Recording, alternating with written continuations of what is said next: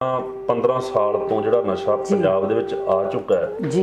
ਉਹ ਇੰਨੀ ਬਰੀਕੀ ਦੇ ਨਾਲ ਔਰ ਇੰਨਾ ਮਤਲਬ ਕਿ ਕਹ ਲਓ ਵੀ ਪੰਜਾਬ ਦੇ ਕੋਨੇ-ਕੋਨੇ ਤੱਕ ਫੈਲ ਚੁੱਕਾ ਹੈ, ਚਾਹ ਕੇ ਵੀ ਮਤਲਬ ਕਿ ਆਪਾਂ ਛੇਤੀ ਖਤਮ ਨਹੀਂ ਕਰ ਸਕਦੇ। ਕਹਿੰਦੇ ਵੀ ਹੁਣ ਜਿਹੜੇ ਸਪਲਾਇਰ ਆ ਅੱਗੇ ਬਿੱਟ ਕੋਈ ਬਿੱਟ ਵੱਜਦੀ ਆ, ਬਿੱਟ ਦੇ ਤਹਿਤ ਜਿਹੜਾ ਉਹ ਸਪਲਾਈ ਕਰਦੇ ਸੀਗੇ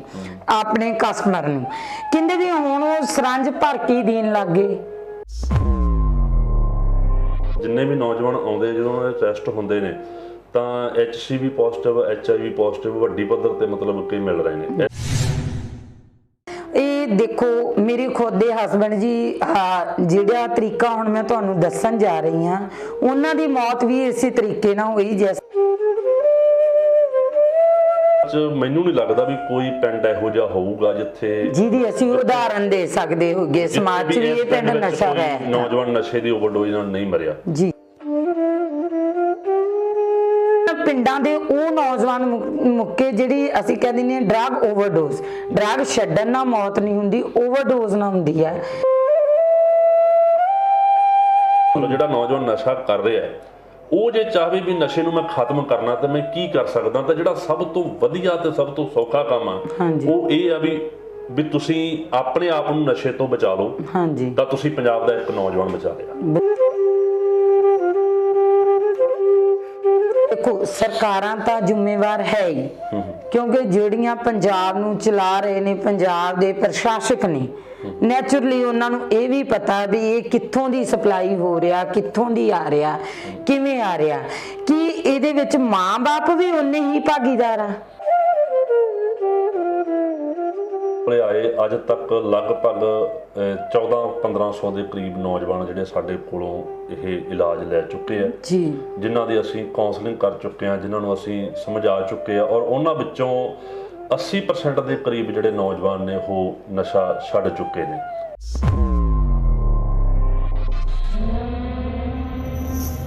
ਹਾਂਜੀ, ਵਾਹਿਗੁਰੂ ਜੀ ਕਾ ਖਾਲਸਾ, ਵਾਹਿਗੁਰੂ ਜੀ ਕੀ ਫਤਿਹ। ਮੇਰੇ ਦੇਸ਼ਾਂ ਵਿਦੇਸ਼ਾਂ ਵਿੱਚ ਵਸਦੇ ਭੈਣਾਂ ਭਰਾਵਾਂ ਨੂੰ ਮੇਰੇ ਵੱਲੋਂ ਯਾਨੀ ਕਿ ਰਮਨਦੀਪ ਕੌਰ ਮਰਖਾਈ ਵੱਲੋਂ ਸਤਿ ਸ਼੍ਰੀ ਅਕਾਲ। ਆਏ ਦਿਨ ਆਪਾਂ ਵਿਚਾਰ ਚਰਚਾ ਕਰਦੇ ਰਹਿੰਦੇ ਆ, ਚਾਹੇ ਉਹ ਮਸਲੇ ਸਮਾਜਿਕ ਹੋਣ, ਚਾਹੇ ਸਾਡੇ ਯੂਥ ਦੇ ਨਾਲ ਜੁੜੇ ਹੋਣ ਤੇ ਚਾਹੇ ਸਾਡੇ ਪਰਿਵਾਰਾਂ ਦੇ ਨਾਲ ਜੁੜੇ ਹੋਣ, ਉਹਨਾਂ ਮਸਲਿਆਂ ਨੂੰ ਆਪਾਂ ਤੁਹਾਡੇ ਲੋਕਾਂ ਦੇ ਰੂਪ ਲੈ ਕੇ ਆਉਂਦੇ ਆ। ਅੱਜ ਜਿਸ ਸ਼ਖਸ ਦੇ ਨਾਲ ਆਪਾਂ ਗੱਲ ਕਰਨ ਜਾ ਰਹੇ ਆ ਉਹ ਕਿਸੇ ਵੀ ਜਾਣ ਪਛਾਣ ਦੇ ਮਹਤਾਜ ਨਹੀਂ, ਵੀਰ ਜੀ ਸਤਨਾਮ ਸਿੰਘ ਚੰਦਰ ਜੀ, ਜਿਨ੍ਹਾਂ ਨੂੰ ਅਕਸਰ ਹੀ ਤੁਸੀਂ ਸੋਸ਼ਲ ਮੀਡੀਆ ਤੇ ਦੇਖਦੇ ਹੋ, ਚਾਹੇ ਧਾਰਮਿਕ ਪੱਖ ਨੂੰ ਲੈ ਲਓ, ਚਾਹੇ ਸਾਡੇ ਯੂਥ ਨੂੰ ਲੈ ਲਓ, ਜਿਹੜਾ ਕਿ ਅਸੀਂ ਆਮ ਸੁਭਾਵਿਕ ਹੀ ਗੱਲ ਕਰਦੇ ਹਾਂ ਕਿ ਪੰਜਾਬ ਦੇ ਵਿੱਚ ਜਿਹੜਾ ਨਸ਼ਿਆਂ ਦਾ 6ਵਾਂ ਦਰਿਆ ਵਗ ਰਿਹਾ, ਜਿਸ ਨੂੰ ਠੱਲ ਪਾਉਣ ਲਈ ਵੱਖ-ਵੱਖ ਜਥੇਬੰਦੀਆਂ ਵੱਲੋਂ, ਵੱਖ-ਵੱਖ ਸੰਸਥਾਵਾਂ ਵੱਲੋਂ ਤੇ ਵੱਖ-ਵੱਖ ਬੁੱਧੀਜੀਵੀਆਂ ਵੱਲੋਂ ਆਪਣੇ ਵਿਚਾਰ ਪੇਸ਼ ਕੀਤੇ ਜਾਂਦੇ ਨੇ। ਪਰ ਵੀਰ ਜੀ ਸਤਨਾਮ ਸਿੰਘ ਚੰਦਰ ਜੀ ਇੱਕ ਇਹੋ ਜਿਹਾ ਨਾਮ ਆ ਜਿਨ੍ਹਾਂ ਨੇ ਗਰਾਊਂਡ ਲੈਵਲ ਤੋਂ ਇਸ ਚੀਜ਼ ਨੂੰ ਚੱਕਿਆ ਹੋਇਆ, ਜਿਹੜੇ ਯੂਥ ਦੇ ਲਈ ਦਿਨ ਰਾਤ ਇੱਕ ਕਰ ਰਹੇ ਨੇ, ਬੱਚਿਆਂ ਦੀ ਜ਼ਿੰਦਗੀ ਬਚਾਉਣ ਲਈ, ਚਾਹੇ ਉਹਨਾਂ ਨੂੰ ਮੋਟੀਵੇਟ ਕਰਨ ਲਈ ਉਹਨਾਂ ਨੂੰ ਮੈਡੀਕਲ ਸਹੂਲਤਾਂ ਦਿਵਾਉਣੀਆਂ ਹੋਣ, ਚਾਹੇ ਉਹਨਾਂ ਨੂੰ ਮਾਨਸਿਕ ਤੌਰ ਤੇ ਪ੍ਰਪੇਅਰ ਕਰਨਾ ਹੋਵੇ, ਗੱਲ ਕਿਸੇ ਵੀ ਪੱਖ ਤੋਂ ਲੈ ਲਈਏ, ਚਾਹੇ ਉਹਨਾਂ ਨੂੰ ਧਾਰਮਿਕ ਜਿਹੜੀ ਸਿੱਖਿਆ ਦੇਣੀ ਹੋਵੇ, ਹਰ ਪੱਖ ਦੀ ਜਦੋਂ ਗੱਲ ਆਉਂਦੀ ਆ ਤਾਂ ਆਪ ਮੁਹਾਰੇ ਸਾਡੇ ਮੂੰਹ ਦੇ ਉੱਤੇ ਜਿਹੜਾ ਸ਼ਬਦ ਆਉਂਦਾ ਉਹ ਆਉਂਦਾ ਵੀਰ ਜੀ ਸਤਨਾਮ ਸਿੰਘ ਚੰਦਰ ਜੀ ਹੋਰਾਂ ਦਾ, ਜਿਨ੍ਹਾਂ ਨੇ ਬੜੇ ਹੀ ਇਸ ਤਰ੍ਹਾਂ ਦੇ ਕੰਮ ਕੀਤੇ ਨੇ। ਕੰਮਾਂ ਨੂੰ ਦੇਖ ਕੇ ਲੋਕਾਂ ਦੇ ਵਿੱਚ ਅੱਜ ਉਹਨਾਂ ਦਾ ਜੋ ਨਾਮ ਆ, ਜੋ ਉਹਨਾਂ ਦਾ ਵਿਕਾਰ ਬਣਿਆ ਹੋਇਆ, ਸੋ ਉਹਨੂੰ ਅਸੀਂ ਅੱਖੋਂ ਪਰੋਖੇ ਨਹੀਂ ਕਰ ਸਕਦੇ। ਸੋ ਆਓ ਜੀ ਆਪਾਂ ਵੀਰ ਜੀ ਹੋਰਾਂ ਨਾਲ ਸਾਂਝ ਪਾਉਂਦੇ ਆ। ਵਾਹਿਗੁਰੂ ਜੀ ਕਾ ਖਾਲਸਾ ਵੀਰ ਜੀ, ਵਾਹਿਗੁਰੂ ਜੀ ਕੀ ਫਤਿਹ। ਸਭ ਤੋਂ ਪਹਿਲਾਂ ਵੀਰ ਜੀ ਮੈਂ ਧੰਨਵਾਦ ਕਰਦੀ ਆ ਤੁਹਾਡਾ, ਜਿਹੜਾ ਤੁਸੀਂ ਏਡੀ ਵੱਡੀ ਮੁਹਿੰਮ ਵਿੱਢੀ ਹੋਈ ਆ। ਕਹਿੰਦੇ ਵੀ ਅੱਜ ਆਪਾਂ ਜਿਹੜਾ ਕਲਯੁਗ ਦਾ ਦੌਰ ਚੱਲ ਰਿਹਾ, ਇਹਦੇ ਵਿੱਚ ਆਪਾਂ ਇੱਕ ਜ਼ਿੰਦਗੀ ਨੂੰ ਬਚਾ ਲਈਏ ਤੇ ਆਪਾਂ ਬੜੇ ਆਪਣੇ ਆਪ ਨੂੰ ਸਮਝਦੇ ਹਾਂ ਕਿ ਅਸੀਂ ਬਹੁਤ ਵੱਡਾ ਕੰਮ ਕੀਤਾ। ਤੇ ਮੈਨੂੰ ਲੱਗਦਾ ਤੁਹਾਡੇ ਕੋਲੇ ਤਾਂ ਕੋਈ ਗਿਣਤੀ ਨਹੀਂ ਰਹੀ ਹੋਣੀ ਯੂਥ ਦੀ, ਜਿਵੇਂ ਕਿ ਜੋ ਅੱਜ ਦੌਰ ਚੱਲ ਰਿਹਾ ਨਸ਼ਿਆਂ ਦਾ, ਜਿਸ ਤਰ੍ਹਾਂ ਸਾਡੇ ਸਮਾਜ ਦੇ ਵਿੱਚ ਇਹ ਨਸ਼ਾ ਜਿਹੜਾ ਅੰਬਰ ਵੇਲ ਦੀ ਤਰ੍ਹਾਂ ਫੈਲ ਰਿਹਾ, ਹਰੇ ਭਰੇ ਰੁੱਖਾਂ ਨੂੰ ਖਾਂਦਾ ਜਾ ਰਿਹਾ, ਤੁਹਾਡਾ ਤਜਰਬਾ ਕੀ ਹੈ ਤੇ ਤੁਸੀਂ ਕਿਵੇਂ ਦੇਖਦੇ ਹੋ ਇਸ ਚੀਜ਼ ਨੂੰ? ਹਾਂਜੀ, ਸਭ ਤੋਂ ਪਹਿਲਾਂ ਤਾਂ ਮੈਂ ਭੈਣ ਰਮਨਦੀਪ ਕੌਰ ਜੀ ਮਰਖਾਈ ਉਹਨਾਂ ਦਾ ਧੰਨਵਾਦ ਕਰਦਾ, ਜੀ ਆਇਆਂ ਕਹਿੰਦਾ, ਕਿਉਂਕਿ ਅੱਜ ਉਚੇਚੇ ਤੌਰ ਤੇ ਭੈਣ ਜੀ ਸਾਡੇ ਇੱਥੇ ਪੰਥ ਖਾਲਸਾ ਨਸ਼ਾ ਮੁਕਤੀ ਕੇਂਦਰ ਦੇ ਵਿੱਚ ਭੈਣ ਜੀ ਪਹੁੰਚੇ ਨੇ। ਸੋ ਇਹਨਾਂ ਦਾ ਵੀ ਬੜਾ ਵੱਡੀ ਪੱਧਰ ਤੇ ਨਸ਼ਿਆਂ ਦੇ ਵਿਰੁੱਧ ਔਰ ਹੋਰ ਵੀ ਸਮਾਜਿਕ ਬੁਰਾਈਆਂ ਦੇ ਵਿਰੁੱਧ ਬੜੀ ਵੱਡੀ ਪੱਧਰ ਤੇ ਆਵਾਜ਼ ਚੁੱਕਦੇ ਨੇ। ਸੋ ਜਿਹੜਾ ਜਿੱਥੋਂ ਤੱਕ ਸਾਡੇ ਇਸ ਸੰਸਥਾ ਦਾ ਸੰਬੰਧ ਹੈਗਾ ਜੀ, ਅੱਜ ਤੋਂ ਲਗਭਗ 4.5 ਸਾਲ ਪਹਿਲਾਂ ਅਸੀਂ ਇਹ ਨਸ਼ਾ ਮੁਕਤੀ ਕੇਂਦਰ ਸ਼ੁਰੂ ਕੀਤਾ ਸੀਗਾ ਔਰ ਇਹ 1 ਸਾਲ ਤੱਕ ਮੁਦਕੀ ਦੇ ਵਿੱਚ ਰਿਹਾ। ਉਸ ਤੋਂ ਬਾਅਦ ਲਗਭਗ 3.5 ਸਾਲ ਤੋਂ ਜਿਹੜਾ ਹੈਗਾ ਇੱਥੇ ਅਸੀਂ ਚੰਦਨ ਤੋਂ ਬਰਸ਼ਾ ਰੋਡ ਤੇ ਚਲਾ ਰਹੇ। ਅਨੇਕਾਂ ਹੀ ਨੌਜਵਾਨ ਜਿਹੜੇ ਆ ਸਾਡੇ ਕੋਲੇ ਆਏ, ਅੱਜ ਤੱਕ ਲਗਭਗ 14-1500 ਦੇ ਕਰੀਬ ਨੌਜਵਾਨ ਜਿਹੜੇ ਸਾਡੇ ਕੋਲੋਂ ਇਹ ਇਲਾਜ ਲੈ ਚੁੱਕੇ ਆ, ਜਿਨ੍ਹਾਂ ਦੀ ਅਸੀਂ ਕਾਉਂਸਲਿੰਗ ਕਰ ਚੁੱਕੇ ਆ, ਜਿਨ੍ਹਾਂ ਨੂੰ ਅਸੀਂ ਸਮਝਾ ਚੁੱਕੇ ਆ ਔਰ ਉਹਨਾਂ ਵਿੱਚੋਂ 80% ਦੇ ਕਰੀਬ ਜਿਹੜੇ ਨੌਜਵਾਨ ਨੇ ਉਹ ਨਸ਼ਾ ਛੱਡ ਚੁੱਕੇ ਨੇ, ਜਿਨ੍ਹਾਂ ਦੇ। ਔਰ ਇੱਕ ਜਿਹੜੀ ਵੱਡੀ ਤਜਰਬੇ ਵਾਲੀ ਗੱਲ ਹੈ ਵੀ ਹਰੇਕ ਨੌਜਵਾਨ ਦੀ ਵੱਖਰੀ ਵੱਖਰੀ ਕਹਾਣੀ ਔਰ ਇੰਨੇ ਤਰ੍ਹਾਂ ਦਾ ਮਤਲਬ ਕਿ ਨਸ਼ੇ ਕਿੰਨੀ ਬਰੀਕੀ ਨਾਲ ਫੈਲਿਆ ਹੋਇਆ, ਕਿੰਨਾ ਕਾਰਨਾਂ ਕਰਕੇ ਫੈਲਿਆ ਹੋਇਆ, ਕਿਹੜੇ ਕਾਰਨ ਨੇ ਨਸ਼ੇ ਨੂੰ ਵਧਾਉਣ ਵਿੱਚ, ਨੌਜਵਾਨ ਕਿਉਂ ਨਸ਼ੇ ਵਿੱਚ ਗ੍ਰਸਤ ਹੋ ਚੁੱਕੇ ਨੇ, ਉਹਨਾਂ ਦੇ ਅਨੇਕਾਂ ਹੀ ਕਾਰਨ, ਅਨੇਕਾਂ ਹੀ ਉਹ ਕਿੱਥੇ ਉਹਨਾਂ ਦੇ ਸੈੱਲ ਚੱਲਦੇ ਨੇ, ਕਿਵੇਂ ਨਸ਼ਾ ਸਪਲਾਈ ਹੁੰਦਾ, ਬਹੁਤ ਕੁਝ ਯਾਨੀ ਕਿ ਸਿੱਖਣ ਵੇਖਣ ਨੂੰ ਮਿਲਿਆ ਹੈਗਾ ਇੰਨੇ ਜਿਹੜਾ 4.5 ਸਾਲਾਂ ਦੇ ਵਿੱਚ। ਔਰ ਜਿਹੜੀ ਅੱਜ ਦੀ ਸਿਚੁਏਸ਼ਨ ਹੈਗੀ ਆ ਉਹ ਇਹ ਆ ਵੀ ਪਿਛਲੇ ਮਤਲਬ ਕਿ 12-15 ਸਾਲ ਤੋਂ ਜਿਹੜਾ ਨਸ਼ਾ ਪੰਜਾਬ ਦੇ ਵਿੱਚ ਆ ਚੁੱਕਾ ਹੈ, ਉਹ ਇੰਨੀ ਬਰੀਕੀ ਦੇ ਨਾਲ ਔਰ ਇੰਨਾ ਮਤਲਬ ਕਿ ਕਹ ਲਓ ਵੀ ਪੰਜਾਬ ਦੇ ਕੋਨੇ ਤੱਕ ਫੈਲ ਚੁੱਕਾ ਹੈ ਵੀ ਜਿਹਨੂੰ ਜੇ ਅੱਜ ਮਤਲਬ ਕਿ ਚਾਹ ਕੇ ਵੀ ਮਤਲਬ ਕਿ ਆਪਾਂ ਛੇਤੀ ਖਤਮ ਨਹੀਂ ਕਰ ਸਕਦੇ। ਇੰਨਾ ਇਹ ਜਿਵੇਂ ਕਹ ਲਓ ਵੀ ਇੱਕ ਜਿਵੇਂ ਹੱਡਾਂ 'ਚ ਰਚ ਜਾਂਦੀ ਹੈ ਚੀਜ਼, ਤਾਂ ਪੰਜਾਬ ਦੇ ਹੱਡਾਂ 'ਚ ਇਹ ਚੀਜ਼ ਰਚ ਗਈ ਔਰ ਇਹਦੇ ਲਈ ਸਾਨੂੰ ਬਹੁਤ ਜ਼ਿਆਦਾ ਮਿਹਨਤ ਕਰਨੀ ਪਊਗੀ। ਔਰ ਪਿੰਡ ਜਿੱਥੇ ਆਪਾਂ ਜਿਹੜੇ ਨੌਜਵਾਨ ਲੱਗੇ ਹੋਏ ਨੇ, ਜਿਵੇਂ ਦੇਖੋ ਸਾਡੀ ਸੰਸਥਾ ਦਾ ਜਿਹੜਾ ਵੱਡਾ ਕੰਮ ਤਾਂ ਇਹ ਹੈਗਾ, ਜਿਹੜੇ ਲੱਗੇ ਹੋਏ ਨੌਜਵਾਨ ਨੇ ਨਸ਼ੇ ਤੇ, ਉਹਨਾਂ ਨੂੰ ਨਸ਼ੇ ਤੋਂ ਬਚਾਉਣਾ, ਉਹਨਾਂ ਦਾ ਟ੍ਰੀਟਮੈਂਟ ਕਰਵਾਉਣਾ, ਉਹਨਾਂ ਨੂੰ ਮਤਲਬ ਉਹਨਾਂ ਦੀ ਕਾਉਂਸਲਿੰਗ ਕਰਨੀ, ਉਹਨਾਂ ਨੂੰ ਉਹਨਾਂ ਦਾ ਮੁੜ ਵਸੇਬਾ ਕਰਨਾ, ਉਹਦੇ ਵਾਸਤੇ ਅਸੀਂ ਜਿਹੜਾ ਵੱਡੀ ਪੱਧਰ ਤੇ ਕੰਮ ਕਰ ਰਹੇ। ਔਰ ਇਸ ਤੋਂ ਇਲਾਵਾ ਵੀ ਜਾਣੀ ਕਿ ਜਿਹੜੇ ਹੋਰ ਨੌਜਵਾਨ, ਜਿਹੜੇ ਕੋਈ ਨਵੇਂ ਨੌਜਵਾਨ ਕਿਸੇ ਨਸ਼ੇ ਤੇ ਲੱਗ ਨਾ ਜਾਣ, ਉਹਨਾਂ ਨੂੰ ਬਚਾਉਣ ਲਈ ਵੀ ਆਪਾਂ ਨੂੰ ਵੱਡੀ ਪੱਧਰ ਤੇ ਜਿਹੜਾ ਹਮਲਾ ਮਾਰਨਾ ਪਊਗਾ। ਬਹੁਤ ਵੱਡੇ ਉਪਰਾਲੇ ਕਰਨ ਦੀ ਲੋੜ, ਪਹਿਲਾਂ ਤੋਂ ਹੀ ਇੱਕ ਜਿਵੇਂ ਸੁਰੱਖਿਆ ਦਾਇਰਾ ਜਿਹੜਾ ਸਾਨੂੰ ਉਹ ਬਣਾਉਣਾ ਪਊਗਾ ਤਾਂ ਜੋ ਨੌਜਵਾਨ ਨਸ਼ੇ ਤੇ ਲੱਗ ਨਾ ਜਾਣ, ਕਿਉਂਕਿ ਇਹ ਬੜੀ ਬਰੀਕੀ ਨਾਲ ਫੈਲ ਚੁੱਕਾ ਤੇ ਇਹਨੂੰ ਮਤਲਬ ਕਿ ਬੜੀਆਂ ਇਹਦੀਆਂ ਤੰਦਾਂ ਜਿਹੜੀਆਂ ਪੰਜਾਬ ਦੇ ਵਿੱਚ ਫੈਲੀਆਂ ਹੋਈਆਂ ਨੇ। ਅੱਛਾ ਵੀਰ ਜੀ, ਇੱਕ ਚੀਜ਼ ਹੋਰ ਡਿਸਟ੍ਰਿਕਟ ਬਠਿੰਡਾ ਦੇ ਪਿੰਡ ਦੇ ਵਿੱਚੋਂ ਸਾਹਮਣੇ ਆਈ ਆ, ਉਹ ਚੀਜ਼ ਇਹ ਆਈ ਹੈ, ਕਹਿੰਦੇ ਵੀ ਨਸ਼ੇ ਜਿਵੇਂ ਕਿ ਤੁਸੀਂ ਦੱਸਿਆ ਵੀ ਡਿਫਰੈਂਟ ਤਰੀਕੇ ਨੇ, 1500 ਦੇ ਕਰੀਬ ਯੂਥ ਤੁਹਾਡੇ ਕੋਲੇ ਆ ਚੁੱਕਿਆ ਨੌਜਵਾਨ, ਪਰ ਹਰ ਇੱਕ ਦੀ ਕਹਾਣੀ ਜਿਹੜੀ ਉਹ ਵੱਖਰੀ ਆ ਤੇ ਹਰ ਇੱਕ ਦਾ ਮੈਨੂੰ ਲੱਗਦਾ ਡਰੱਗ ਲੈਣ ਦਾ ਤਰੀਕਾ ਵੀ ਵੱਖਰਾ ਹੋਏਗਾ। ਤੇ ਸੋ ਜੇ 1500 ਦੀ ਗੱਲ ਕਰੀਏ ਤਾਂ 1500 ਤਰੀਕੇ ਤਾਂ ਸਿੱਧੇ ਤੌਰ ਤੇ ਹੀ ਸਾਡੇ ਸਾਹਮਣੇ ਆਉਂਦੇ ਨੇ, ਪਰ ਇੱਕ ਚੀਜ਼ ਹੋਰ ਚੱਲ ਰਹੀ ਹੈ ਜਿਹੜੀ ਕਿ ਪਿਛਲੇ ਕੁਝ ਦਿਨਾਂ ਤੋਂ ਆਈ ਹੈ। ਕਹਿੰਦੇ ਵੀ ਹੁਣ ਜਿਹੜੇ ਸਪਲਾਇਰ ਆ, ਅੱਗੇ ਬਿੱਟ ਕੋਈ ਬਿੱਟ ਵੱਜਦੀ ਆ, ਬਿੱਟ ਦੇ ਤਹਿਤ ਜਿਹੜਾ ਉਹ ਸਪਲਾਈ ਕਰਦੇ ਸੀਗੇ ਆਪਣੇ ਕਸਟਮਰ ਨੂੰ, ਕਹਿੰਦੇ ਵੀ ਹੁਣ ਉਹ ਸਰੰਜ ਭਰ ਕੇ ਦੇਣ ਲੱਗ ਗਏ, ਨੀਡਲ ਤੇ ਸਰੰਜ। ਉਹਦੇ ਉੱਤੇ ਵੀ ਬਹੁਤ ਵੱਡੇ ਸਵਾਲ ਮੈਡੀਕਲ ਲਾਈਨ ਤੋਂ ਵੀ ਉੱਠਦੇ ਆ ਤੇ ਸਮਾਜਿਕ ਪੱਧਰ ਤੋਂ ਵੀ। ਇਹ ਚੀਜ਼ ਨੂੰ ਤੁਸੀਂ ਕਿਸ ਤਰ੍ਹਾਂ ਦੇਖਦੇ ਹੋ? ਇਹ ਮਤਲਬ ਚਲੋ ਸਾਹਮਣੇ ਹੁਣ ਆ ਰਹੀਆਂ ਨੇ ਗੱਲਾਂ, ਪਰ ਇਹ ਇਹੋ ਜਿਹੇ ਕੇਸ ਪਹਿਲਾਂ ਵੀ ਵੇਖਣ 'ਚ ਮਿਲੇ ਜਿਹੜੇ ਕਿ ਸਰੰਜਾਂ ਭਰ ਕੇ ਹੀ ਮਤਲਬ ਕਿ, ਕਿਉਂਕਿ ਜਿਹੜਾ ਸਪਲਾਇਰ ਹੈਗਾ ਉਹਨੇ ਜਿਵੇਂ ਆਪਣੇ ਕਸਟਮਰ ਨੂੰ ਅੱਗੇ ਸਹੂਲਤ ਦੇਣੀ ਆ ਤਾਂ ਉਹ ਆਲਰੇਡੀ ਉਹਨੂੰ ਸਰੰਜ ਵੀ ਨਾਲ ਹੀ ਸਪਲਾਈ ਕਰਦਾ ਔਰ ਨਾਲ ਹੀ ਸਾਰਾ ਕੁਝ ਉਹ ਦੇ ਦਿੰਦਾ। ਪਰ ਇਹਦਾ ਇੱਕ ਬੜਾ ਮਾਰੂ ਪ੍ਰਭਾਵ ਜਿਹੜਾ ਸਰੰਜ ਉਹਨੂੰ ਪਿੱਛੋਂ ਹੀ ਮਤਲਬ ਕਿ ਮਿਲ ਰਹੀ ਹੈਗੀ ਆ। ਹੁਣ ਜਿਹੜਾ ਸਪਲਾਇਰ ਹੈਗਾ ਜਾਂ ਜਿਹੜਾ ਵੇਚਣ ਵਾਲਾ ਹੈਗਾ, ਉਹਨੇ ਉਹ ਸਰੰਜ ਕਿੱਥੋਂ ਲਈ, ਕਿਵੇਂ ਲਈ, ਉਹਦੀ ਜਿਹੜੀ ਨੀਡਲ ਹੈਗੀ ਆ ਉਹ ਮਤਲਬ ਕਿ ਅਨਟੱਚ ਹੈਗੀ ਆ ਜਾਂ ਮਤਲਬ ਕਿ ਜਾਂ ਉਹ ਪਹਿਲਾਂ ਟ੍ਰੀਟਿੰਗ ਹੋ ਚੁੱਕੀ ਆ, ਕੀ ਹੋਇਆ ਜਾਂ ਪਹਿਲਾਂ ਯੂਜ਼ ਕੀਤੀ ਹੋਈ ਆ, ਹਨਾ। ਤੇ ਬਹੁਤ ਥਾਵਾਂ ਤੇ ਮਤਲਬ ਕਿ ਇਦਾਂ ਦੇ ਕੇਸ ਹੁਣ ਜਿੰਨੇ ਵੀ ਨੌਜਵਾਨ ਆਉਂਦੇ ਜਦੋਂ ਉਹਨਾਂ ਦੇ ਟੈਸਟ ਹੁੰਦੇ ਨੇ ਤਾਂ HCV ਪੋਜ਼ਿਟਿਵ HIV ਪੋਜ਼ਿਟਿਵ ਵੱਡੀ ਪੱਧਰ ਤੇ ਮਤਲਬ ਕਿ ਮਿਲ ਰਹੇ ਨੇ। HCV ਦੇ ਤਾਂ ਬਹੁਤ ਜ਼ਿਆਦਾ ਕੇਸ ਮਿਲਦੇ ਨੇ ਜਿਹੜਾ ਕਿ ਇੱਕ ਦੂਜੇ ਦੀ ਸਿਰਿੰਜ ਯੂਜ਼ ਕਰਨ ਦੇ ਨਾਲ ਹੁੰਦੇ ਜੀ, ਔਰ ਇਹ ਬੜੀ ਮਤਲਬ ਖਤਰਨਾਕ ਉਹਦਾ ਉਹ ਸਿਰਿੰਜਾਂ ਦੇ ਰਾਹੀਂ ਮਤਲਬ ਕਿ ਮਿਲ ਰਹੇ ਆ। ਔਰ ਕਈ ਨੌਜਵਾਨ ਜਿਹੜੇ ਆ ਇੱਕ ਸਿਰਿੰਜ ਦੇ ਵਿੱਚ ਜਿਵੇਂ ਉਹਨਾਂ ਨੇ ਭਰ ਲਿਆ ਔਰ ਉਸੇ ਨੂੰ ਹੀ ਮਤਲਬ ਅੱਗੇ ਦੇ ਅੱਗੇ ਉਹ ਜਿਵੇਂ ਇੱਕ ਨੇ ਲਾ ਲਿਆ, ਦੂਜੇ ਨੇ ਲਾ ਲਿਆ, ਤੀਜੇ ਨੇ ਲਾ ਲਿਆ, ਉਹ ਉਸੇ ਨਾਲ ਹੀ ਮਤਲਬ ਕਿ ਸਾਰੇ ਉਹ ਲਾ ਰਹੇ ਨੇ। ਤਾਂ ਉੱਥੋਂ ਜਿਹਨੂੰ ਇੱਕ ਨੂੰ ਮਤਲਬ ਕਿ HCV ਪੋਜ਼ਿਟਿਵ ਹੈਗਾ ਤਾਂ ਉਹ ਦੂਜਿਆਂ ਨੂੰ ਵੀ ਨਾਲ ਦੇ ਨਾਲ ਹੋ ਜਾਂਦਾ, ਵੰਡ ਰਿਹਾ। ਹਾਂ ਵੰਡ ਰਿਹਾ, ਬਿਲਕੁਲ ਵੰਡ ਰਿਹਾ। ਅੱਛਾ, ਇੱਕ ਚੀਜ਼ ਵਿੱਚ ਹੋਰ ਆ, ਇਹ ਦੇਖੋ ਮੇਰੇ ਖੁਦ ਦੇ ਹਸਬੈਂਡ ਜੀ ਜਿਹੜਾ ਤਰੀਕਾ ਹੁਣ ਮੈਂ ਤੁਹਾਨੂੰ ਦੱਸਣ ਜਾ ਰਹੀ ਹਾਂ, ਉਹਨਾਂ ਦੀ ਮੌਤ ਵੀ ਇਸੇ ਤਰੀਕੇ ਨਾਲ ਹੋਈ ਜਿਸ ਤਰ੍ਹਾਂ ਕਿ ਵੀਰ ਜੀਆਂ ਨੇ ਹੁਣ ਦੱਸਿਆ, ਸਤਨਾਮ ਸਿੰਘ ਚੰਦਰ ਜੀ ਨੇ, ਕਿ ਇੱਕ ਸਰੰਜ ਨੂੰ ਭਰ ਲੈਂਦੇ ਨੇ ਤੇ ਉਹ ਡੋਜ਼ ਆ ਜਿਹੜੀ ਜਿਵੇਂ 1 cc ਆ, 1.5 ਆ ਗਿਆ, 2.5 ਆ ਗਿਆ, 3.5 ਆ ਗਿਆ।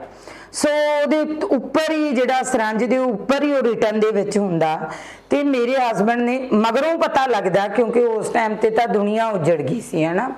ਬਾਅਦ ਦੇ ਵਿੱਚ ਜਦੋਂ ਉਹਦੀ ਮੈਂ ਖੋਜ ਕੀਤੀ ਤਾਂ ਪਤਾ ਚੱਲਿਆ ਮੈਨੂੰ ਕਿ ਉਹ ਇੱਕ ਸਰੰਜ ਭਰੀ ਹੋਈ ਸੀ, 2 ਜਾਣਿਆਂ ਨੇ ਉਹ ਡੋਜ਼ ਨੂੰ ਲੈਣਾ ਸੀ, ਹਾਫਲੀ ਦੋਨਾਂ ਦੀ ਲੜਾਈ ਹੁੰਦੀ ਆ। ਲੜਾਈ ਦੇ ਦੌਰਾਨ ਜਿਹੜੀ ਉਹ ਪ੍ਰਿਕਿੰਗ ਆ ਉਹ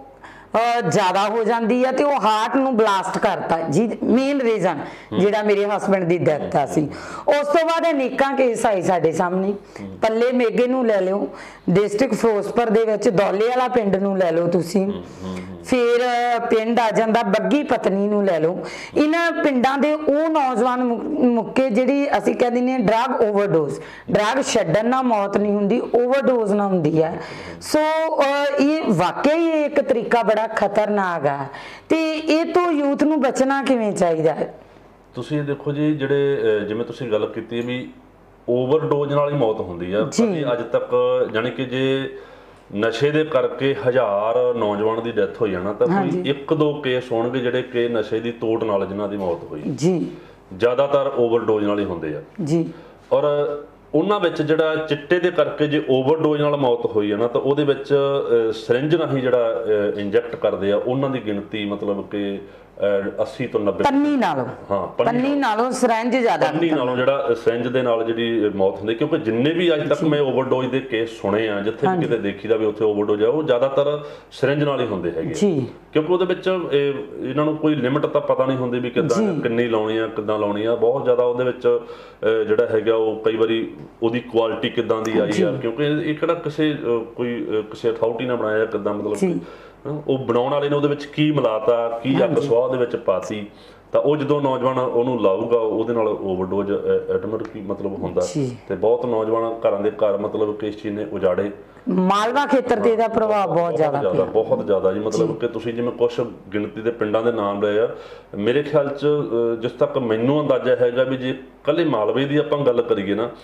ਤਾਂ ਮੇਰੇ ਖਿਆਲ 'ਚ ਮੈਨੂੰ ਨਹੀਂ ਲੱਗਦਾ ਵੀ ਕੋਈ ਪਿੰਡ ਇਹੋ ਜਿਹਾ ਹੋਊਗਾ ਜਿੱਥੇ ਜਿਹਦੀ ਅਸੀਂ ਉਦਾਹਰਨ ਦੇ ਸਕਦੇ ਹੋਗੇ ਸਮਾਜ 'ਚ ਵੀ ਇਹ ਪਿੰਡ ਨਸ਼ਾ ਹੈ, ਨੌਜਵਾਨ ਨਸ਼ੇ ਦੀ ਓਵਰਡੋਜ਼ ਨਾਲ ਨਹੀਂ ਮਰਿਆ। ਹਰੇਕ ਪਿੰਡ ਵਿੱਚ ਇਹ ਆ ਵੀ ਕਿਤੇ ਵੱਧ ਹੋਣਗੇ, ਕਿਤੇ ਘੱਟ ਹੋਣਗੇ, ਕਿਤੇ 1 ਹੋਣਗੇ, ਕਿਤੇ 2 ਹੋਣਗੇ, ਕਿਤੇ 10 ਹੋਣਗੇ, ਕਿਤੇ 20 ਹੋਣਗੇ,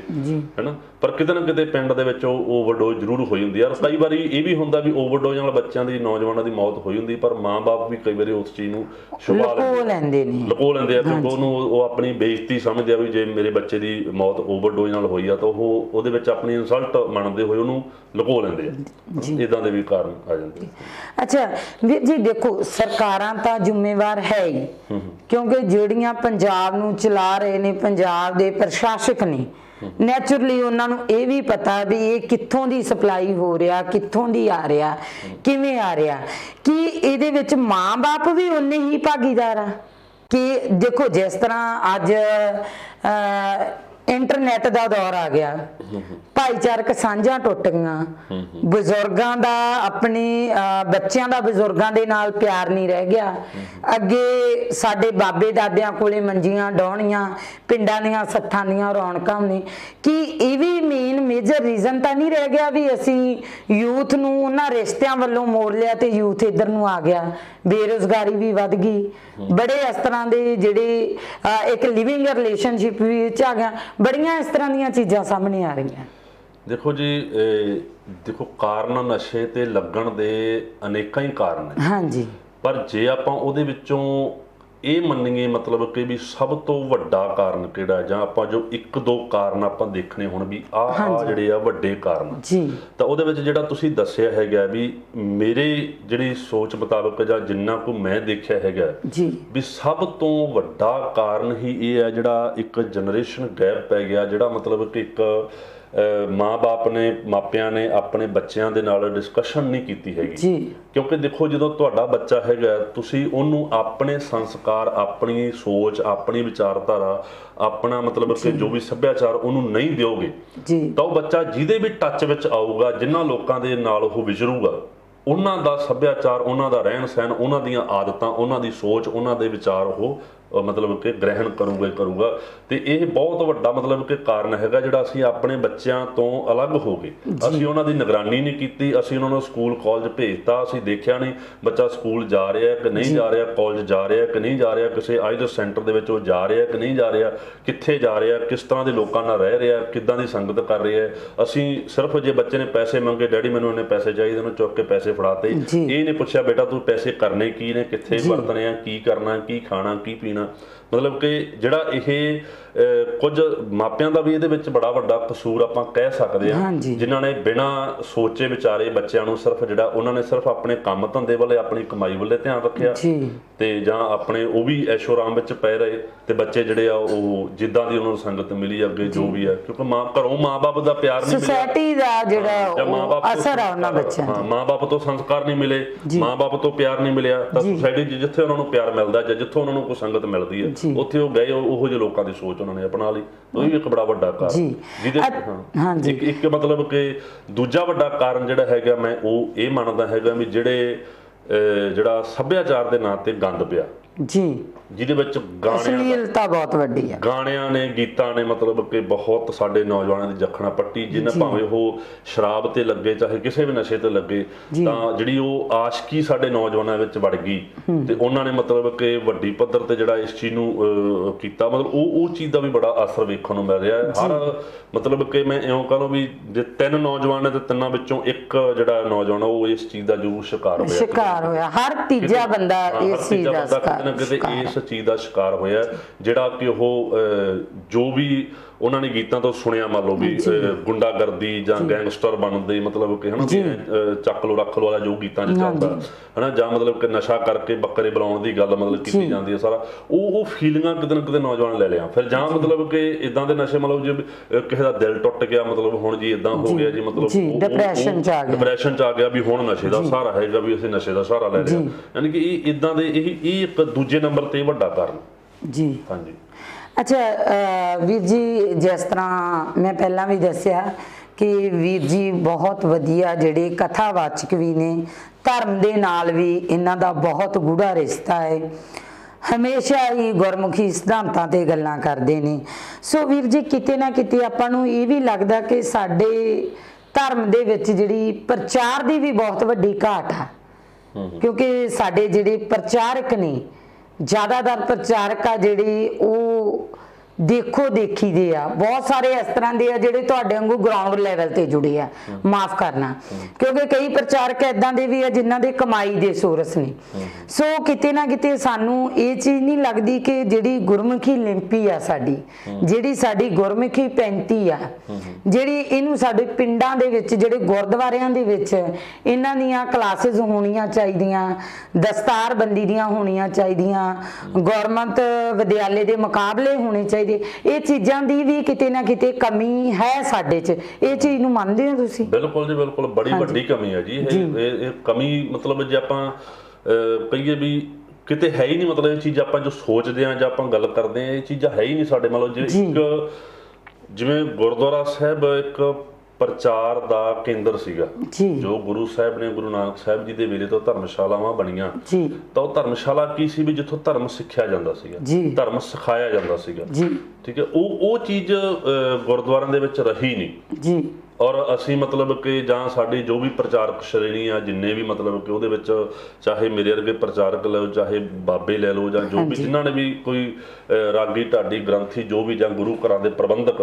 ਠੀਕ ਹੈ ਨਾ, ਉਹਨਾਂ ਵਿੱਚ ਵੀ ਬੜੀਆਂ ਇਹ ਕਮੀਆਂ ਆਈਆਂ। ਅਸੀਂ ਰੋਟੀਆਂ ਕਾਰਨ ਪੂਰੇ ਤਾਲ ਹੋ ਗਏ, ਰੋਟੀਆਂ ਕਾਰਨ ਪੂਰੇ ਤਾਲ ਵੀ ਅਸੀਂ ਮਤਲਬ ਕਿ ਸਿੱਖੀ ਪ੍ਰਚਾਰ ਨੂੰ ਜਾਂ ਮਤਲਬ ਕੋਈ ਗੱਲ ਅੱਗੇ ਜਿਹੜੀ ਦੱਸਣੀ ਸਹੀ ਗਾਈਡੈਂਸ ਜਿਹੜੀ ਨੌਜਵਾਨਾਂ ਨੂੰ ਦੇਣੀ ਸੀਗੀ ਉਹ ਨਹੀਂ ਦੇ ਸਕੇ, ਕਿਉਂਕਿ ਸਮੇਂ ਦੇ ਹਿਸਾਬ ਨਾਲ ਅਜੋਕੇ ਸੰਦਰਭ ਦੇ ਵਿੱਚ ਗੁਰਬਾਣੀ ਨੂੰ ਵਿਚਾਰ ਕੇ ਨੌਜਵਾਨਾਂ ਨੂੰ ਅਸੀਂ ਆਉਣ ਵਾਲੀਆਂ ਮੁਸ਼ਕਲਾਂ ਤੋਂ ਅਗਾਊਂ ਸੁਚੇਤ ਕਰਨਾ ਸੀਗਾ,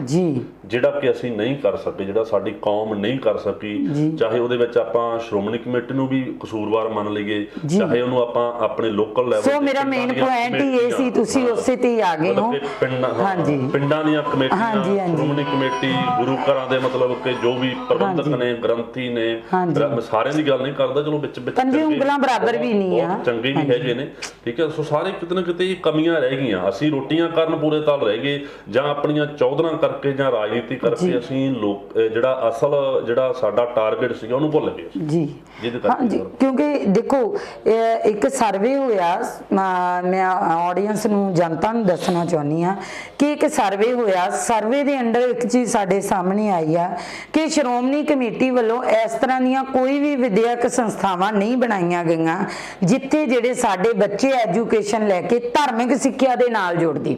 ਮਾਫ ਕਰਨਾ, ਜਗ੍ਹਾ ਬਹੁਤ ਦਿੱਤੀਆਂ ਗਈਆਂ ਇਹਨਾਂ ਵੱਲੋਂ ਸੈਂਟਰ ਗਵਰਨਮੈਂਟ ਨੂੰ, ਮੋਦੀ ਸਾਹਿਬ ਹੋਰਾਂ ਨੂੰ, ਉੱਥੇ ਸਕੂਲ ਤਾਂ ਬਣੇ ਨਹੀਂ, ਵਿਦਿਅਕ ਅਦਾਰੇ ਤਾਂ ਬਣੇ ਨਹੀਂ, ਪਰ ਉਹ ਜਿਹੜੀਆਂ ਅਕੈਡਮੀਆਂ ਬਣੀਆਂ ਨੇ ਉਹ ਸਾਡੇ ਤੋਂ ਬਾਹਰ ਦੇ ਲੋਕਾਂ ਦੀਆਂ ਬਣੀਆਂ ਨੇ। ਕਿ ਸਾਡੀ ਜਿਹੜੀ ਸ਼੍ਰੋਮਣੀ ਕਮੇਟੀ ਆ, ਇਹਨਾਂ ਵੱਲੋਂ ਉਹ ਜਿਹੜੇ ਯੋਗ ਕਦਮ ਚੁੱਕੇ ਜਾਣੇ ਚਾਹੀਦੇ ਸੀ, ਜਿਹੜੇ ਕਿ ਹੋਰ ਅਦਾਰਿਆਂ ਨੇ ਚੱਕੇ, ਹੋਰ ਅਦਾਰਿਆਂ ਨੇ ਆ ਕੇ ਸਾਡੇ 'ਚ ਪੈਰ ਪਸਾਰੇ, ਪਰ ਜਿਹੜੀ ਰਿਸਪੌਂਸਿਬਿਲਟੀ ਸਾਡੀ ਸੀ ਉਹਨੂੰ ਕੋਈ ਹੋਰ ਨਿਭਾ ਰਿਹਾ। ਫਿਰ ਅਸੀਂ ਕਹਿੰਦੇ ਹਾਂ ਕਿ ਸਾਡੇ ਧਰਮ ਦੇ ਨਾਂ ਤੇ ਇਹ ਹੋ ਰਿਹਾ, ਸਾਡੇ ਨਾਲ ਇਸ ਤਰ੍ਹਾਂ ਹੋ ਰਿਹਾ। ਜਦੋਂ ਕਿਤੇ ਵੀ ਗੱਲ ਆਉਂਦੀ ਹੈ, ਦੇਖੋ ਮਾਫ ਕਰਨਾ, ਨਸ਼ੇ ਦਾ ਟੌਪਿਕ ਸੀ, ਪਰ ਗੱਲ ਜਿਹੜੀ ਸਾਡੇ ਬੇਅਦਬੀ ਕਾਂਡ ਵੱਲ ਨੂੰ ਵੀ ਇਸ਼ਾਰੇ ਕਰ ਗਈ। ਜਦੋਂ ਸ਼੍ਰੋਮਣੀ ਕਮੇਟੀ ਦੀ ਗੱਲ ਆਈ ਹੈ ਕਿ ਗੁਰੂ ਗ੍ਰੰਥ ਸਾਹਿਬ ਦੀ ਬੇਅਦਬੀ ਹੋਈ, ਬਗਰਾੜੀ ਕਾਂਡ ਹੋਇਆ, ਧਰਨੇ ਲੱਗੇ, ਮੁਜ਼ਾਹਰੇ ਹੋਏ, ਬੜਾ ਕੁਛ ਹੋਇਆ, ਪਰ ਉਹਦੀ ਆਊਟਪੁੱਟ ਕੀ ਆਈ ਇਹ ਤੁਹਾਨੂੰ ਵੀ ਪਤਾ ਤੇ ਮੈਨੂੰ ਵੀ ਪਤਾ। ਕਿਤੇ ਨਾ ਕਿਤੇ ਇੱਥੇ ਫਿਰ ਮੇਨ ਗੱਲ ਤੁਹਾਡੇ ਵਾਲੀ ਆ ਜਾਂਦੀ ਆ ਕਿ ਸਾਡੇ ਜਿਹੜੇ ਪ੍ਰਚਾਰ ਦੇ ਵਿੱਚ ਬਹੁਤ ਵੱਡੀ ਕਮੀ ਆ। ਅਸੀਂ ਆਪੇ ਲਈ ਜਿਉਣਾ ਸ਼ੁਰੂ ਕਰਤਾ, ਅਸੀਂ ਸਮਾਜ ਲਈ ਨਹੀਂ ਜਿਉਏ। ਪਰ ਸਾਡਾ ਜਿਹੜਾ ਧਰਮ ਆ ਉਹ ਸਾਨੂੰ ਇਹ ਚੀਜ਼ ਸਿਖਾਉਂਦਾ ਕਿ ਸਮਾਜ ਨੂੰ ਸਮਰਪਿਤ ਹੋਵੋ, ਕਿਉਂਕਿ ਆਪੇ ਲਈ ਜਿਉਣਾ ਕੋਈ ਜਿਉਣਾ ਨਹੀਂ ਹੁੰਦਾ। ਅਸੀਂ ਉਸ ਅਕਾਲ ਪੁਰਖ ਦੇ ਭੇਜੇ ਹੋਏ ਇੱਕ ਪਾਤਰ ਆ,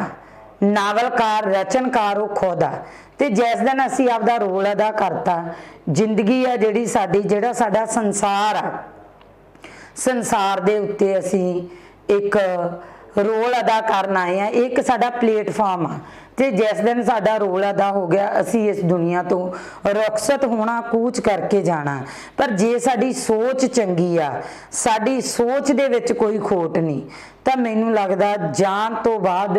ਦੁਨੀਆ ਦੀ ਜਿਹੜੀ ਤੁਸੀਂ ਜ਼ੁਬਾਨ ਤੇ ਸ਼ਬਦਾਵਲੀ ਰੂਪ ਦੇ ਵਿੱਚ ਜਿਉਂਦੇ ਰਹਿ ਸਕਦੇ ਹੋ, ਕਿਉਂਕਿ ਇਹ ਇਤਿਹਾਸ ਗਵਾਹ ਸਾਡਾ ਸਿੱਖ ਧਰਮ, ਸਾਡੇ ਗੁਰੂ ਸਾਹਿਬਾਨ ਇਸ ਚੀਜ਼ ਦੀ ਗਵਾਹੀ ਨੇ, ਸਾਡੇ ਸ਼ਹੀਦ ਸਿੰਘ ਗਵਾਹੀ ਨੇ। ਸੋ ਲਾਸਟ ਦੇ ਉੱਤੇ ਤੁਸੀਂ ਜਨਤਾ ਨੂੰ ਕੀ ਮੈਸੇਜ ਦੇਣਾ ਚਾਹੁੰਦੇ ਹੋ ਜੀ?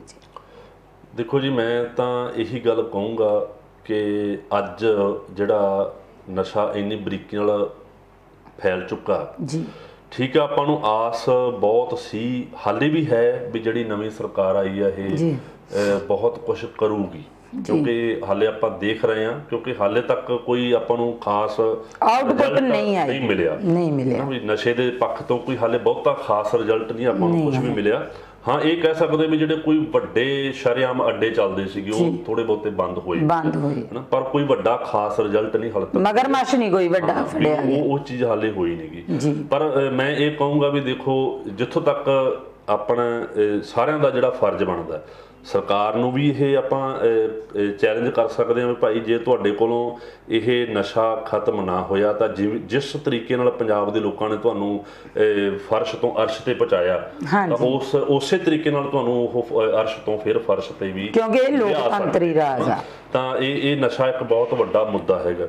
ਤੇ ਪਰ ਫਿਰ ਵੀ ਮੈਂ ਇੱਕ ਆਮ ਜਿਹੜੇ ਲੋਕ ਨੇ, ਮੈਂ ਉਹਨਾਂ ਨੂੰ ਇੱਕ ਬੇਨਤੀ ਕਰੂੰਗਾ ਵੀ ਠੀਕ ਹੈ, ਜਿੱਥੇ ਤੱਕ ਆਪਾਂ ਕਹਿੰਦੇ ਵੀ ਸਰਕਾਰਾਂ ਦਾ ਵੀ ਕਸੂਰ ਹੈ, ਪਰ ਕਿਤੇ ਨਾ ਕਿਤੇ ਜਿਹੜੇ ਸਾਡੇ ਫਰਜ਼ ਆ ਵੀ ਆਪਾਂ ਵੀ ਆਪੋ ਆਪਣੇ ਫਰਜ਼ ਪਹਿਚਾਣੀਏ, ਠੀਕ ਹੈ। ਵੀ ਜਿਵੇਂ ਸਿਆਣੇ ਕਹਿੰਦੇ ਆ, ਇੱਕ ਕਹਾਵਤ ਆ ਵੀ ਕੰਡੇ ਨਹੀਂ ਮੁੱਕਦੇ ਹੁੰਦੇ, ਬੂਟ ਪਾਲੀ ਦੇ ਹੁੰਦੇ ਹਨਾ, ਤਾਂ ਇਹ ਜਿਹੜਾ ਨਸ਼ਿਆਂ ਰੂਪੀ ਕੰਡੇ ਜਿਹੜੇ ਸਾਨੂੰ ਚੁੱਭ ਰਹੇ ਆ ਵੀ ਅਸੀਂ ਘੱਟੋ ਘੱਟ ਜ਼ਿਆਦਾ ਨਹੀਂ ਤਾਂ ਅਸੀਂ ਆਪਣੇ ਪਰਿਵਾਰਾਂ ਦੀ ਜਿੱਥੇ ਜਿੱਥੇ ਵੀ ਆਪਾਂ ਵਿਚਰਦੇ ਆ ਆਪਾਂ ਜਾਗਰੂਕ ਹੋਈਏ, ਆਪਾਂ ਲੋਕਾਂ ਦੇ ਵਿੱਚ ਜਾਗਰਤੀ ਲੈ ਕੇ ਆਈਏ, ਬੱਚਿਆਂ ਨੂੰ ਨੌਜਵਾਨਾਂ ਨੂੰ ਜਿੰਨਾ ਕੁ ਅਸੀਂ ਆਪਣਾ ਸਿਕਿਉਰ ਕਰ ਸਕਦੇ ਆ ਆਪਾਂ ਮਤਲਬ ਆਪਾਂ ਫਰਜ਼ ਪੂਰਾ ਕਰੀਏ। ਜਿਵੇਂ ਉਹ ਚਿੜੀ ਵਾਲੀ ਕਹਾਣੀ ਤੁਸੀਂ ਕਈ ਵਾਰੀ ਸੁਣੀ ਆ ਸਾਰਿਆਂ ਨੇ, ਮਤਲਬ ਕਿ ਵੀ ਉਹ ਅੱਗ ਲੱਗੀ ਤਾਂ ਉਹ ਜਿੰਨਾ ਉਹਦਾ ਫਰਜ਼ ਸੀ ਉਹ ਪਾਉਂਦੀ ਰਹੀ ਪਾਣੀ। ਸੋ ਆਪਾਂ ਜਿੰਨਾ ਮਤਲਬ ਹੋ ਸਕਦਾ ਵੀ ਆਪਾਂ ਉਹ ਪਾਣੀ ਪਾਈਏ ਆਪਾਂ ਆਪਦੇ ਵੱਲੋਂ ਆਪਣਾ। ਤੇ ਮੈਂ ਜਿਵੇਂ ਜਿਹੜੇ ਨੌਜਵਾਨ ਨਸ਼ਾ ਕਰਦੇ ਆ ਮੈਂ ਉਹਨਾਂ ਨੂੰ ਆਮ ਤੌਰ ਤੇ ਇੱਕ ਗੱਲ ਕਹਿਣਾ ਹੁੰਦਾ ਵੀ ਤੁਸੀਂ ਨਸ਼ਿਆਂ ਨੂੰ ਖਤਮ ਕਰਨ ਲਈ ਕੀ ਕਰ ਸਕਦੇ ਹੋ, ਤਾਂ ਉਹਦੇ ਵਿੱਚ ਜਿਹੜਾ ਕੰਮ ਅਸੀਂ ਇਮੀਡੀਏਟਲੀ ਕਰ ਸਕਦੇ ਹਾਂ ਔਰ ਜਿਹੜਾ ਸਾਡੇ ਹੱਥ ਵਿੱਚ ਹੈ, ਮਤਲਬ ਜਿਹੜਾ ਨੌਜਵਾਨ ਨਸ਼ਾ ਕਰ ਰਿਹਾ ਹੈ ਉਹ ਜੇ ਚਾਹੇ ਵੀ ਨਸ਼ੇ ਨੂੰ ਮੈਂ ਖਤਮ ਕਰਨਾ ਤਾਂ ਮੈਂ ਕੀ ਕਰ ਸਕਦਾ, ਤਾਂ ਜਿਹੜਾ ਸਭ ਤੋਂ ਵਧੀਆ ਤੇ ਸਭ ਤੋਂ ਸੌਖਾ ਕੰਮ ਆ ਉਹ ਇਹ ਆ ਵੀ ਤੁਸੀਂ ਆਪਣੇ ਆਪ ਨੂੰ ਨਸ਼ੇ ਤੋਂ ਬਚਾ ਲਓ। ਤਾਂ ਤੁਸੀਂ ਪੰਜਾਬ ਦਾ ਇੱਕ ਨੌਜਵਾਨ ਬਚਾ ਲਿਆ ਜੀ। ਇੱਕ ਆਪਣੇ ਆਪ ਨੂੰ ਬਚਾ ਲਓ, ਆਪਣੇ ਇੱਕ ਮਾਂ ਦਾ ਪੁੱਤ ਬਚ ਗਿਆ, ਬੱਚਿਆਂ ਨੂੰ ਹਨਾ, ਤਾਂ ਤੁਸੀਂ ਕਿੰਨਾ ਵੱਡਾ ਕੰਮ ਕਰਤਾ। ਕਿਉਂਕਿ ਗੁਰਬਾਣੀ ਵੀ ਕਹਿੰਦੀ ਪ੍ਰਥਮੇ ਮਨ ਪ੍ਰਬੁੱਧ ਆਪਣਾ ਪਾਛੈ ਅਵਰ ਜਾਵੇ। ਅੰਗਰੇਜ਼ੀ ਦੀ ਇੱਕ ਕਹਾਵਤ ਹੈ ਇੰਪਰੂਵਮੈਂਟ ਸਟਾਰਟ ਫਰਮ ਆਈ, ਸੁਧਾਰ ਮੈਂ ਤੋਂ ਸ਼ੁਰੂ ਹੁੰਦਾ, ਆਪਣੇ ਆਪ ਤੋਂ ਸ਼ੁਰੂ ਹੁੰਦਾ, ਆਪਣੇ ਆਪ ਤੋਂ, ਠੀਕ ਹੈ ਨਾ। ਤੋਂ ਇਹ ਨੌਜਵਾਨ ਜਿਹੜੇ ਨਸ਼ੇ ਤੇ ਲੱਗੇ ਹੋਏ ਆ ਜਿੰਨੇ ਵੀ ਮਤਲਬ ਕਿ ਪੰਜਾਬ ਦੇ ਵਿੱਚ ਆਪਾਂ ਦੇਖਦੇ ਹਾਂ, ਕਿਉਂਕਿ ਇਹ ਨਰਕ ਹੈ, ਇਹਦਾ ਐਂਡ ਜਿਹੜਾ ਹੈਗਾ ਇੱਕ ਖਤਰਨਾਕ ਮੌਤ ਵੱਲ ਨੂੰ ਜਿਹੜਾ ਇਹ ਜਾਂਦਾ ਹੈਗਾ। ਤਾਂ ਉਹਦੇ ਵਿੱਚ ਜਿੰਨੀ ਛੇਤੀ ਹੋ ਸਕਦਾ ਆਪਾਂ ਬਚ ਸਕਦੇ। ਤਾਂ ਨਸ਼ਾ ਕਰਨ ਵਾਲਾ ਨੌਜਵਾਨ ਜੇ ਖੁਦ ਨੂੰ ਬਚਾਉਣਾ ਚਾਹਵੇ ਤਾਂ ਹੀ ਉਹ ਬਚ ਸਕਦਾ। ਆਪਣੇ ਵਰਗੇ ਲੋਕ ਜਿਹੜੇ ਨੇ ਅਸੀਂ ਸਿਰਫ ਹੈਲਪ ਕਰਦੇ ਨੇ। ਮੇਰੇ ਕੋਲ ਜਿੰਨੇ ਵੀ ਨੌਜਵਾਨ ਆਉਂਦੇ ਨੇ ਸਾਡੇ ਕੋਲ, ਅਸੀਂ ਉਹਨਾਂ ਨੂੰ ਸਿਰਫ ਇਹ ਗੱਲ ਕਹਿੰਦੇ ਵੀ ਦੇਖ ਭਾਈ ਅਸੀਂ ਤੇਰੀ ਹੈਲਪ ਕਰਨੀ ਆ, ਪਰਿਵਾਰ ਨੇ ਤੇਰੀ ਹੈਲਪ ਕਰਨੀ ਆ, ਅਸੀਂ ਤੇਰੀ ਹੈਲਪ ਕਰਨੀ ਆ, ਪਰ ਨਸ਼ਾ ਛੱਡਣ ਦਾ ਜਿਹੜਾ ਫੈਸਲਾ ਉਹ ਤੂੰ ਖੁਦ ਹੀ ਲੈਣਾ ਹੈਗਾ ਜੀ। ਕਿਉਂਕਿ ਜੇ ਤੂੰ ਖੁਦ ਫੈਸਲਾ ਲਏਗਾ, ਉਹ ਫੈਸਲਾ ਲੈਣ ਵਿੱਚ ਅਸੀਂ ਤੇਰੀ ਮਦਦ ਕਰ ਸਕਦੇ ਹਾਂ। ਅਸੀਂ ਤੇਰੇ ਸਰੀਰ ਨੂੰ ਕੋਈ ਤੋੜ ਲੱਗਦੀ ਉਹਦੇ ਵਾਸਤੇ ਅਸੀਂ ਦਵਾਈ ਦਵਾ ਸਕਦੇ ਹਾਂ ਤੈਨੂੰ, ਅਸੀਂ ਤੈਨੂੰ ਮਤਲਬ ਕਿ ਤੈਨੂੰ ਸਮਝਾ ਸਕਦੇ ਹਾਂ, ਗੁਰਬਾਣੀ ਦੀ ਸਿੱਖਿਆ ਦੇ ਸਕਦੇ ਹਾਂ, ਇੱਕ ਚੰਗੀ ਸੰਗਤ ਦੇ ਸਕਦੇ ਹਾਂ, ਇੱਕ ਚੰਗਾ ਮਾਹੌਲ ਦੇ ਸਕਦੇ ਹਾਂ। ਪਰ ਨਸ਼ਾ ਛੱਡਣ ਦਾ ਤੇਰਾ ਡਿਸੀਜਨ ਉਹ ਤੇਰਾ ਆਪਣਾ ਹੋਊਗਾ। ਇਸ ਕਰਕੇ ਮੈਂ ਸਾਰਿਆਂ ਨੂੰ ਬੇਨਤੀ ਕਰੂੰਗਾ ਵੀ ਆਪਾਂ ਜਿੱਥੋਂ ਤੱਕ ਸਾਡੀ ਪਹੁੰਚ, ਅਸੀਂ ਆਪਣੇ ਪਰਿਵਾਰ ਨੂੰ, ਆਪਣੇ ਬੱਚਿਆਂ ਨੂੰ, ਆਉਣ ਵਾਲੀਆਂ ਪੀੜ੍ਹੀਆਂ ਨੂੰ, ਉਹਨਾਂ ਨੂੰ ਅਗਾਊਂ ਅਸੀਂ ਸੁਚੇਤ ਕਰੀਏ, ਅਗਾਊਂ ਉਹਨਾਂ ਨੂੰ ਸੁਰੱਖਿਅਤ ਕਰੀਏ ਔਰ ਜਿਹੜੇ ਨੌਜਵਾਨ ਨਸ਼ਿਆਂ ਤੇ ਲੱਗੇ ਹੋਏ ਨੇ ਉਹਨਾਂ ਨੂੰ ਬਚਾਉਣ ਦੀ ਕੋਸ਼ਿਸ਼ ਕਰੀਏ ਔਰ ਜਿਹੜੀ ਇਹ ਕੜੀ ਹੈ ਉਹਨੂੰ ਬਾਅਦ ਤੋੜਨ ਦੀ ਕੋਸ਼ਿਸ਼ ਕਰੀਏ। ਤੇ ਮੈਂ ਇੱਕ ਜਾਂਦੇ ਇੱਕ ਹੋਰ ਉਦਾਹਰਨ ਦੇਣੀ ਚਾਹੁੰਦਾ ਵੀ ਪੰਜਾਬ ਦੇ ਵਿੱਚ ਨਾ ਜਿਹੜੇ ਮਤਲਬ ਕਿ ਨਸ਼ੇੜੀ ਨੇ ਇਹ ਦੱਸਦੇ ਆ ਵੀ ਕਦੇ ਵੀ ਨਸ਼ਾ ਲੈਣ ਦੀ ਇਹਨਾਂ ਨੂੰ ਕਦੇ ਦਿੱਕਤ ਨਹੀਂ ਆਈ। ਜਿਵੇਂ ਮਤਲਬ ਕਿ ਜੋ ਦੱਸਦੇ ਆ ਵੀ ਜਿੱਦਾਂ ਤੁਹਾਨੂੰ ਨਸ਼ਾ ਕਿੱਥੋਂ ਮਿਲਦਾ, ਕਿਵੇਂ ਮਿਲਦਾ। ਈਵਨ ਕਿ ਪੰਜਾਬ ਦੇ ਵਿੱਚ ਪਿਛਲੇ ਸਮਿਆਂ ਦੇ ਵਿੱਚ ਵੱਡੇ ਪੁਲਿਸ ਅਫਸਰ ਜਿਨ੍ਹਾਂ ਨੇ ਮਤਲਬ ਕਿ ਸਖਤਾਈ ਵੀ ਕੀਤੀ ਹਨਾ, ਜਿਨ੍ਹਾਂ ਨੇ ਮਤਲਬ ਕਿ ਆਪਣੇ ਇਲਾਕਿਆਂ ਦੇ ਵਿੱਚ ਮਤਲਬ ਕਿ ਸਖਤਾਈ ਵੀ ਕੀਤੀ, ਉਹਨਾਂ ਨੇ ਨਸ਼ੇ ਨੂੰ ਰੋਕਣ ਦੀ ਕੋਸ਼ਿਸ਼ ਵੀ ਕੀਤੀ, ਪਰ ਫਿਰ ਵੀ ਨਸ਼ਾ ਨਹੀਂ ਰੁਕਿਆ ਜੀ। ਔਰ ਕਈ ਵਾਰੀ ਮਤਲਬ ਕਿ ਜਿਵੇਂ ਹੁਣ ਕਰੋਨਾ ਦਾ ਟਾਈਮ ਆਇਆ ਵੀ ਪੂਰੀ ਤਰ੍ਹਾਂ ਤਾਂ ਪਾਬੰਦੀ ਲੱਗ ਗਈ, ਬੰਦਾ ਘਰ ਤੋਂ ਬਾਹਰ ਨਹੀਂ ਸੀ ਜਾ ਸਕਦਾ, ਕੁਝ ਦਿਨ ਤੱਕ ਬਹੁਤ ਸਖਤਾਈ ਰਹੀ। ਉਹਨਾਂ ਦਿਨਾਂ ਵਿੱਚ ਵੀ ਨਸ਼ੇ ਦੀ ਕੋਈ ਘਾਟ ਨਹੀਂ ਰਹੀ, ਉਹਨਾਂ ਦਿਨਾਂ ਵਿੱਚ ਵੀ ਨਸ਼ਾ ਨੌਜਵਾਨਾਂ ਨੂੰ ਮਿਲਦਾ ਰਿਹਾ। ਪਰ ਨੌਜਵਾਨ ਇਹ ਦੱਸਦੇ ਆ ਵੀ ਉਹ ਟਾਈਮ ਜਿਹੜਾ ਇੱਕ ਵਾਰੀ ਤੁਹਾਨੂੰ ਯਾਦ ਹੋਣਾ ਵੀ ਵੀਰ ਜੀ ਮਿੰਟੂ ਗੁਰੂਸਰੀਆ ਤੇ ਹੋਰ ਵੀਰਾਂ ਨੇ ਇੱਕ ਕਾਲ ਦਿੱਤੀ ਸੀ ਪੰਜਾਬ ਨੂੰ ਵੀ ਮਰੋ ਜਾਂ ਵਿਰੋਧ ਕਰੋ। ਤਾਂ ਮੇਰੇ ਖਿਆਲ 'ਚ ਜੇ ਮੈਂ ਭੁੱਲਦਾ ਨਾ ਤਾਂ ਵੀ 1 ਜੁਲਾਈ ਤੋਂ ਲੈ ਕੇ 7 ਜੁਲਾਈ ਤੱਕ ਉਹ ਟਾਈਮ ਸੀਗਾ। ਠੀਕ ਹੈ ਨਾ। ਉਹ ਜਿਹੜੇ 7 ਦਿਨ ਸੀਗੇ ਨਾ, ਉਹ 7 ਦਿਨ ਜਦੋਂ ਪਬਲਿਕ ਮਤਲਬ ਕਿ ਸੜਕਾਂ ਤੇ ਆ ਗਈ ਸੀਗੀ, ਜਦੋਂ ਪਬਲਿਕ ਨੇ ਆਪਣੇ ਪਿੰਡਾਂ ਦੇ ਵਿੱਚ ਪਹਿਰੇ ਲਾਉਣੇ ਸ਼ੁਰੂ ਕਰਤੇ ਸੀ ਔਰ ਨਸ਼ਿਆਂ ਦੇ ਵਿਰੁੱਧ ਆਵਾਜ਼ ਬੁਲੰਦ ਕਰਤੀ ਸੀਗੀ, ਉਹ 7 ਦਿਨ ਜਿਹੜੇ ਸੀਗੇ ਉਦੋਂ ਇਹ ਨਸ਼ੇੜੀ ਖੁਦ ਦੱਸਦੇ ਵੀ ਉਹਨਾਂ ਦਿਨਾਂ 'ਚ ਸਾਨੂੰ ਨਸ਼ੇ ਤੋਂ ਦਿੱਕਤ ਆਈ ਸੀ, ਸਾਨੂੰ ਬਹੁਤ ਵੱਡੀ ਦਿੱਕਤ ਆਈ ਸੀ। ਹਾਂ ਵੀ ਮਿਲਦਾ ਨਹੀਂ ਸੀ ਨਸ਼ਾ, ਕਿਉਂਕਿ ਉਦੋਂ ਜਦੋਂ ਪਬਲਿਕ ਜਾਗ ਪਈ ਸੀ ਨਾ ਤਾਂ ਉਹ ਮਤਲਬ ਕਿ ਉਦੋਂ ਇਹ ਚੈਨ ਟੁੱਟੀ ਸੀਗੀ। ਪਰ ਸਾਡੇ ਵਿੱਚ ਘਾਟ ਇਹ ਹੈਗੀ ਵੀ ਅਸੀਂ ਇੱਕ ਵਾਰੀ ਥੋੜਾ ਜਿਹਾ ਉੱਠਦੇ ਹਾਂ, ਹਮਲਾ ਮਾਰਦੇ ਹਾਂ, ਥੋੜੇ ਚਿਰ ਬਾਅਦ ਥੱਕ ਕੇ ਫਿਰ ਬਹਿ ਜਾਂਦੇ ਹਾਂ, ਫਿਰ ਅਸੀਂ ਸਰਕਾਰਾਂ ਨੂੰ ਕੋਸਣ ਲੱਗ ਜਾਂਦੇ ਹਾਂ, ਫਿਰ ਅਸੀਂ ਮਤਲਬ ਉਦਾਂ ਤਰੀਕੇ ਨਾਲ ਮਤਲਬ ਕਿ ਵੀ ਅਫਸਰਾਂ ਨੂੰ ਜਾਂ ਉਦਾਂ ਵੀ ਕੋਈ ਗੱਲ ਨਹੀਂ ਇੱਦਾਂ ਹੋ ਜਾਊਗਾ ਇੱਦਾਂ ਹੋ ਜਾਊਗਾ। ਪਰ ਜੋ ਸਾਨੂੰ ਖੁਦ ਨੂੰ ਕਰਨਾ ਚਾਹੀਦਾ, ਮੈਂ ਕਹਿੰਦਾ ਵੀ ਲਗਾਤਾਰ ਸਾਨੂੰ ਆਪਣੇ ਪਿੰਡਾਂ ਦੇ ਵਿੱਚ ਕਮੇਟੀਆਂ ਬਣਾ ਕੇ ਆਪਣੇ ਪਰਿਵਾਰਾਂ ਦੇ ਵਿੱਚ ਸਾਨੂੰ ਕੰਟਰੋਲ ਜ਼ਰੂਰ ਕਰਨਾ ਚਾਹੀਦਾ। ਹਾਂਜੀ। ਸੋ ਇਹ ਸੀ ਵੀਰ ਜੀ ਸਤਨਾਮ ਸਿੰਘ ਚੰਦਰ ਜੀ, ਜਿਨ੍ਹਾਂ ਤੋਂ ਆਪਾਂ ਨਸ਼ੇ ਦੇ ਸੰਬੰਧ ਦੇ ਵਿੱਚ ਅਨੇਕਾਂ ਤਰ੍ਹਾਂ ਦੀ ਜਿਹੜੀ ਜਾਣਕਾਰੀ ਪ੍ਰਾਪਤ ਕੀਤੀ। ਸੋ ਅਗਲੀ ਵਾਰ ਕਿਸੇ ਨਵੇਂ ਚਿਹਰੇ ਦੇ ਨਾਲ, ਨਵੀਂ ਗੱਲਬਾਤ ਦੇ ਨਾਲ ਤੁਹਾਡੇ ਜਨਤਾ ਦੀ ਕਚਹਿਰੀ 'ਚ ਹਾਜ਼ਰ ਹੋਵਾਂਗੇ। ਤਦ ਤੱਕ ਲਈ ਦਿਓ ਇਜਾਜ਼ਤ। ਵਾਹਿਗੁਰੂ ਜੀ ਕਾ ਖਾਲਸਾ, ਵਾਹਿਗੁਰੂ ਜੀ ਕੀ ਫਤਿਹ।